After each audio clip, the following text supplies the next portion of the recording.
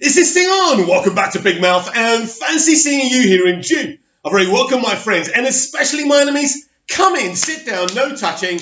I don't do the touching. If you're feeling charitable, please subscribe to the channel, smashing the subscribe button, of course. You know how it works, smash the like button. And please do, if you want, if you feel charitable, come and follow me on Twitter at MoviesTVMad. Wow, wow, wow. Smug grin alert. Smug grin alert. First of all, I want to thank, whether you've blocked me, whether you like me, whether you hate me, every member of the Release the Snyder Cut fandom, the people who repeatedly sit there watching Man of Steel and Batman v Superman on a daily basis, right? Who love the pants of how Zack was shaping the dceu. Yesterday, you were better people than me. You reacted to the animated character wearing the Release the Snyder Cut top on the Harley Quinn show, animated series, a lot better than I did. You saw my video. I don't take anything back. I don't delete tweets. I don't delete YouTube videos, whatever the fallout is. I said what I said, and I stand by it. I was triggered and I reacted. But I tell you what, the way you people reacted, every man, every boy, every woman, every girl who's part of this fandom, you have turned something so ferocious and negative into something positive. You've taken that t-shirt and now we are going to sell it as a fandom, as a movement for suicide prevention, the suicide prevention charity. Well done you. Well done everyone that's doing that. I applaud you. Let me give you a little analogy, right? I was watching someone's YouTube video, a very prominent YouTuber going, oh yeah, this is going to be massive. This is going to cause an explosion. No, you wish. Something that was done for very specific reasons. Something that was done out of negativity and toxicity actually turned into something so compassionate and charitable. And isn't that the special people that we are?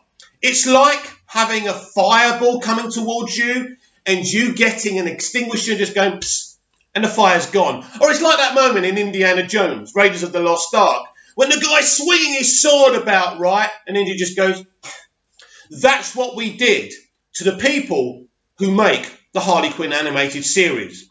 Let's be clear here. They represented a member of our movement, of our fandom, as someone that says the word woke, and Mary Sue.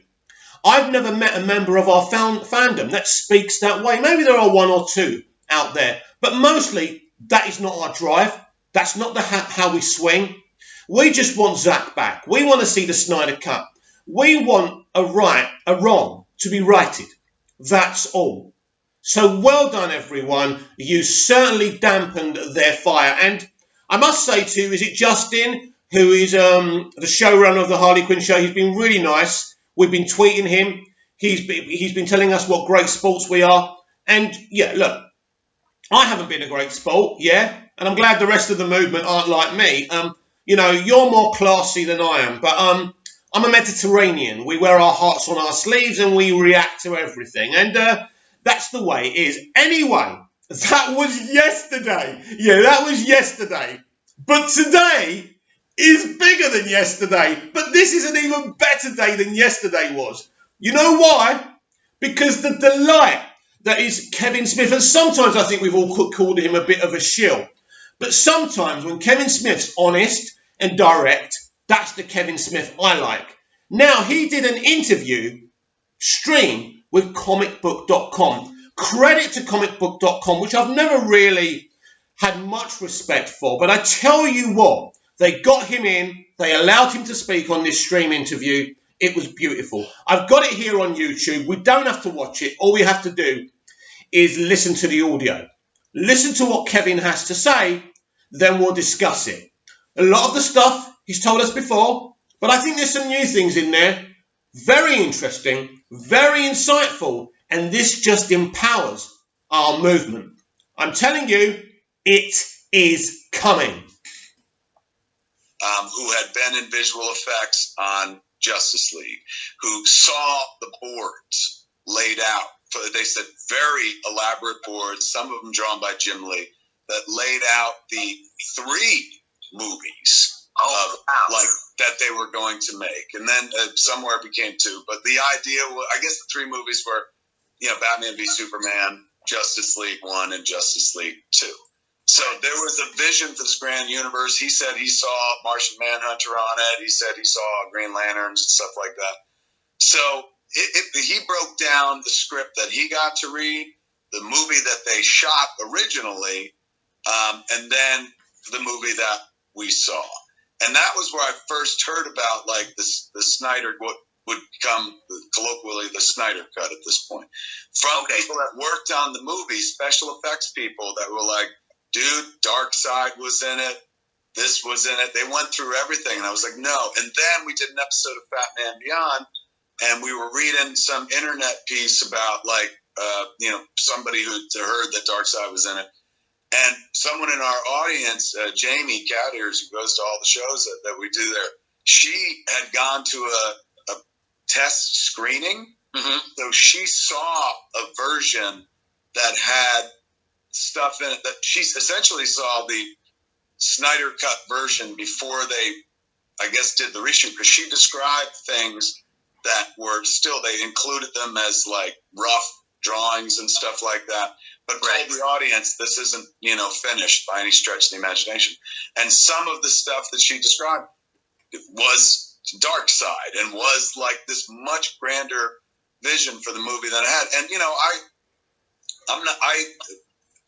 I think I'm not like the person that's just like, I love Zack Snyder's version.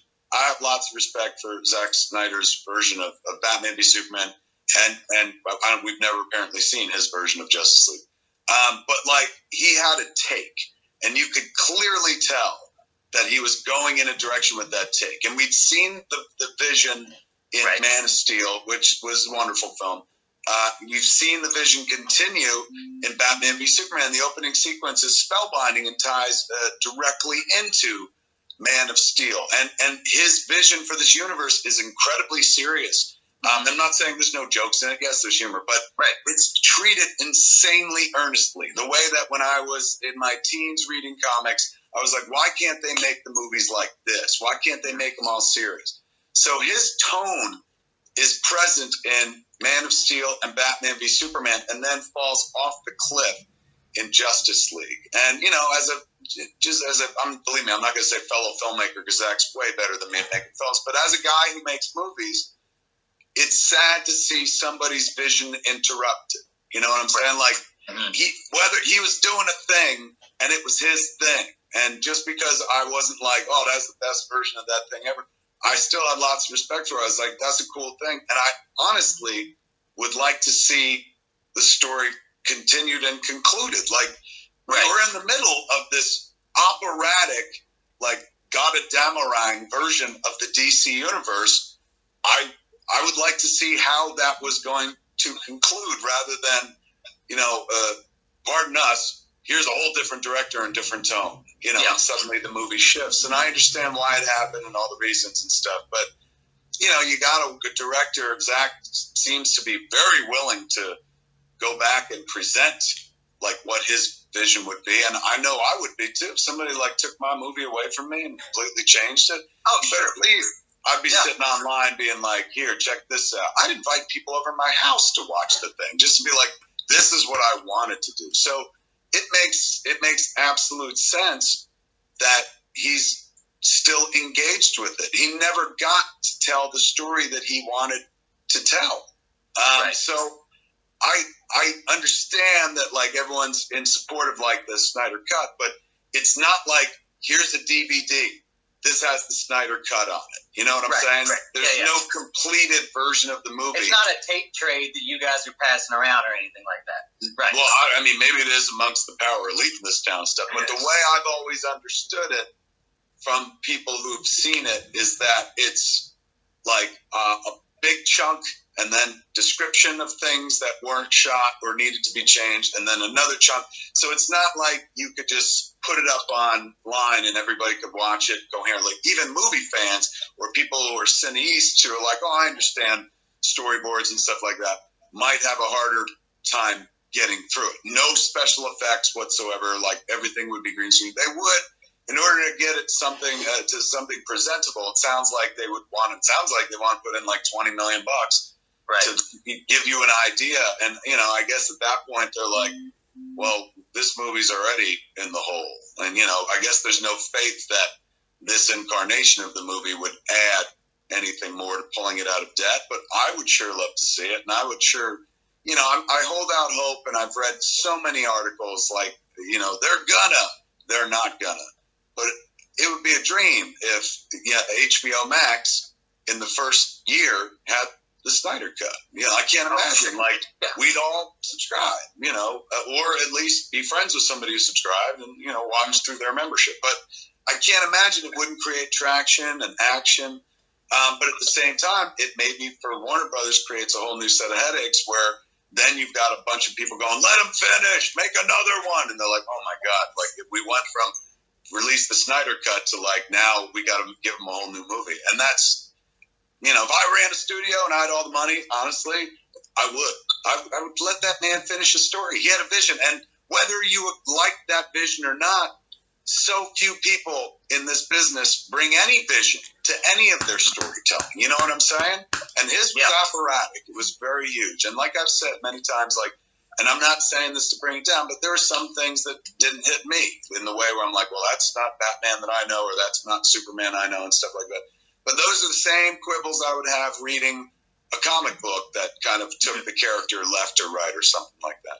So it always breaks my heart whenever that story comes up because, I know it's like this is first world problems and stuff like that, but like there's scrape everything away, that it's DC, scrape away that the problems that they had making the movie, the reception of Batman v Superman and stuff like that. Scrape away everything, and all you're left with for me is the story of an artist who wanted to tell his story and was in process of doing that and was making a lot of people happy by telling that story, and then just instantly got shut down. And there's no more like the place that was financing it wants no more conversation about it. That's heartbreaking. Yes, this is a first world problem, right? Like it's not like somebody's starving or something but still that was his song. And man, like I spoke to him during those years. Like when I did a Man of Steel event for like Yahoo, I think it was, when it went to video, and he was heading off to do Batman v Superman. And he showed me a picture of the suit in advance. And he was like a child at Christmas, a kid in the candy store. He was excited as hell. He wasn't like dark and grim or something like that. I'm going to make the darkest version of DC movie you ever saw or anything. Like, he was a kid. He was just like, I can't wait. Such enthusiasm. You rarely see that kind of passion in a filmmaker. Kevin Feige, as a grand filmmaker who's produced the entire Marvel Universe, he has that kind of passion. We talk to him, and this is a guy who lives and breathes this stuff. He's one of us. And while Zach maybe wouldn't be technically described as one of us in as much as he didn't grow up reading the same comics we did, or maybe he has a different take on the material, he is inherently one of us because he sees the special nature of these stories, and he's like, this is what they are through my prism. Mm-hmm. And his prism was like interesting, for better or worse, whether you loved it or whether you hated it. There was a vision. He had a take. How few people in this world have a take at all, let alone a new take on something you're familiar with. And so, I would love to see him finish. I doubt we're going to see that in this lifetime, but stranger things have happened. If you had told me a year ago that one day we'd all be locked in our houses, for a long period of time, I'd be like, yeah, right. Would you watch that Steven Soderbergh movie, Contagion? Yeah. And here we are. So maybe there's a world where we do get to see the Snyder Cut, and I'm fully in support of that. Not only do I want them to release the Snyder Cut, I want them to give him a lot of movie make up for the Snyder Cut, or the Snyder Cut, if you will, and let him make the other Justice League movie. There were gonna be two. Yeah. It was a part one and part two, and then after I think BBS, suddenly it started truncating into one movie instead. And it sounded like, the way I get it, Steppenwolf was the first movie, and then it ends with Darkseid showing up, and then the whole next movie is the huge movie, is like, their end game, if you will, where you're battling Darkseid. So break them off some more money, man. Let them go make that movie. Why not? We're never going to go out to a movie theater again, apparently, according to the experts. So, we're all going to be home. Give us that. Yeah, we need that right now, I think. I mean, if anything could cheer people up, like especially DC fans, it would be releasing the Snyder Cut. So if it's out there, this is a great time to release it, I think. Real quick, we were talking to Todd McFarlane yesterday, and he told us that he's having Zoom meetings again about the Sam and Twitch TV show. Is there anything that you could... Wow, we don't want to hear about that, do we? But wow, this is powerful. This is exactly what our movement needed, right? Our movement's fine. We're doing really well. As you can tell from the Harley Quinn situation, they know about us. They know about us. Now, what they did on the Harley Quinn show was twist the narrative a bit to make us look like idiots, sexist, misogynist idiots, right? But of course, they did it on purpose. They know there's as many women and girls pushing for this cut as there is men. They know that. They just don't want to represent that. And that's fine. That's up to them. That's their playhouse. This channel is my playhouse. And I decided to use it partly to try and push for the release of the Snyder Cut and talk about Zack's movies and the dceu. Because this is my playhouse, damn it. So powerful. I mean, Kevin Smith is a great guy. He's always positive about everything. So you kind of never know what he hates and what he doesn't hate. But I tell you what, I didn't realise he liked Man of Steel. He kind of thinks, I think, that BVS is good. Maybe, as he said, some moments he couldn't care for, but he's compared it to reading a comic book and saying, well, maybe I would have gone that direction. That's how I've always kind of looked at films, right? That's why I think that critics and movie pundits are pointless, because it's like they're trying to tell us what to do and what to think, and I don't like that. There is actually, in my view, no room for critics in any platform. I don't see the point of them. It should be about us, not people influencing us. But wow, so powerful. And so what does this do about the movement? I especially like this when he said very few people in this industry have any vision. That is so funny and so true. It's Kevin Smith just literally launches truth bomb after truth bomb. So we know that there was a plan. The plan began with Man of Steel. The plan began even bigger with Batman v Superman. Then we were going to have probably a 3-hour Justice League movie or whatever it is. I know it's about 4 hours now, but that's probably an uncut movie. Now, Kevin's saying that there's pictures and descriptions in it, there's no CG. I think he's talking at the stage of the test screening. It's certainly been cut. There's certainly more VFX than there was. I still think the film needs cleaning up. I personally think that. But nothing that can't be fixed, nothing that can't be sorted out. And to get these extra scenes done as well, with Martian Manhunt and whatever else they want to do, the death of Batman, which I don't think's been shot. I'm not sure. Maybe I'm wrong. But anyway, there's a cut. Zack wants to do it. Zack wants to come back to continue his arc for the dceu, to finish his vision of the Justice League. And hey, if we can turn people's minds around and if people enjoy what they see, because I think they will, I think Zack could stay for good. But that's a dream. That's in the future. But that video is so empowering, so important. So I want to thank comicbook.com and Kevin Smith, because that video, again, changes the playhouse. It does. Yesterday, we had to deal with something extremely negative. Again, all the haters thought this is the end of the Snyder Cut movement. And all that moment did was empower us. Then we got Kevin Smith doing an interview with comicbook.com. He spent, 10 minutes talking about the Snyder Cut, saying they should release it. But what's so compelling about what Kevin says there, he's not just saying that they should release the Snyder Cut and finish it off and make it look amazing. That he should get to do his other movie. Now, we know there was even plans for a Justice League 3 originally. Who knows?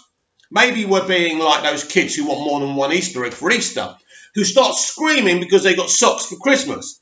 But hey, I believe our movement is in a very, very powerful position. A very powerful position. Otherwise, they wouldn't be doing that, what they did with Harley Quinn. They know. They know. This is a moment where we keep on pushing in a constructive way. There's loads of plans, there's loads of events, I know that. Keep them going. I personally disagree with RT Snyder Cut. I think there should be an event once a month. I think that's very logical and within the narrative could really work. And I think we are in the final furlong of getting this movie. At least getting them to green light. Zack finishing it off. And then if it's successful within the mainstream, and I have the feeling that people's minds are changing, we could get something special. And Zack could finish his complete vision. Now, I was watching a video from, is it Mr. H or whatever he is, right? And member of the Fandom Menace, but I don't really want to talk about those elements. And he was talking about Wonder Woman. He had spoilers for Wonder Woman 1984. Now, I've seen, as you know, I've seen a test screening. Now, he was showing us, it was like artwork of Wonder Woman flying. It was supposed to look like it. No one's supposed to see it. Yes, Wonder Woman, definitely, this spoiler alert, right? Wonder Woman flies in Wonder Woman 84. Fact. He then started reading off some new comments that Grace Randolph had said, where she said, oh, I never said this was actually going to be a Flashpoint movie. I just said that the reality would change within the DCEU. Now, he said, he's laughing because he thinks she's backtracking. She never ever said that Wonder Woman 84 is a Flashpoint movie.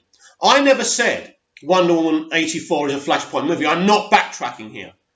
I saw a cut that didn't deal with any of that stuff. But I do know from what I'm told that there is a cut where, because of a decision Diana makes, it's about Steve Trevor, whether he lives permanently or just temporarily or lives forever. So she makes a decision in one of the cuts that changes the timeline of the. It's like it's kind of a domino effect, butterfly effect kind of thing that they do. So I haven't seen that cut, but there's a cut. Now, I told you months ago they hadn't decided yet whether they were going to go for it.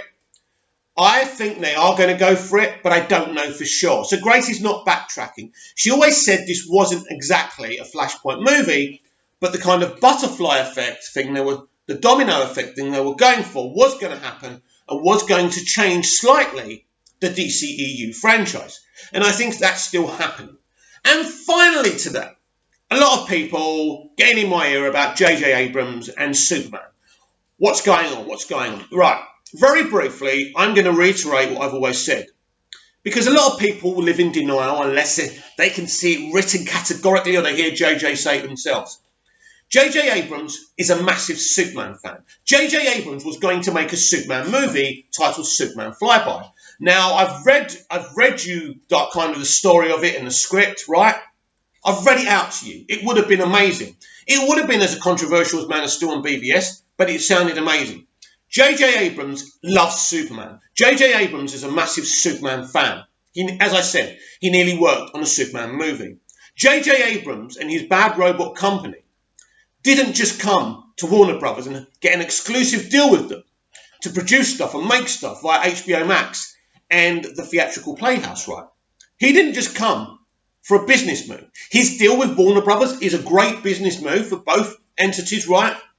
But the main reason that J.J. Abrams struck an exclusive deal with Warner Brothers so he can take over the Superman IP and mould it and make it his own. He is going to be in charge of Superman, just like James Gunn from now on will be in charge of the Suicide Squad universe, just like Jeff Johns is now in charge of the Green Lantern universe. Whether you want to believe that or like it or not, J.J. Abrams is going to make not just one Superman movie, but multiple ones. I believe he will even produce an HBO Max TV show, which will be maybe part of that franchise or something different. So J.J. Abrams will be announced sooner rather than later as being the moulder of Superman's clay. So it's going to happen. It is a fact. You're just going to have to be patient about that.